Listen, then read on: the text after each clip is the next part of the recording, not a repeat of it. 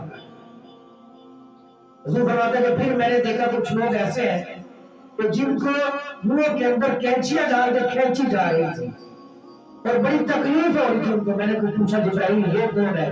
عرض کی یا رسول اللہ صلی اللہ علیہ وسلم یہ آپ کی امت کے وہ لوگ ہیں جو لوگوں کو لڑائی جھگڑے کے لیے تیار کیا کرتے تھے. لوگوں میں پیار محبت کی وجہ سے ان میں نفرتیں ڈالا کرتے تھے، لڑائی جھگڑا کرنے والے اور غلط قسم کے جو واعظین تھے. اللہ تبارک و تعالیٰ کو یہ سزا عطا فرما رہے. اسی طرح آپ علیہ السلام نے دیکھا کہ جہنم میں حضور نے فرمایا کہ میں نے دیکھا کہ جہنم میں کثرت ہے عورتوں کی، بلکہ حضور فرماتے ہیں کہ میں نے جنت میں جھانکا تو میں نے دیکھا کہ ان میں فقراء کی کثرت تھی، یعنی غریب لوگ فقیر لوگ زیادہ تھے. اور جب میں نے جہنم کے اندر دیکھا تو جہنم میں نے عورتوں کی کثرت کو دیکھا. اور حضور نے پھر وجہ بھی فرمائی کہ یکفر العشیر، حضور نے فرمایا کہ یہ اپنے شوہروں کی نافرمانی کرنے والی ہے، ناشکری کرنے والی ہے.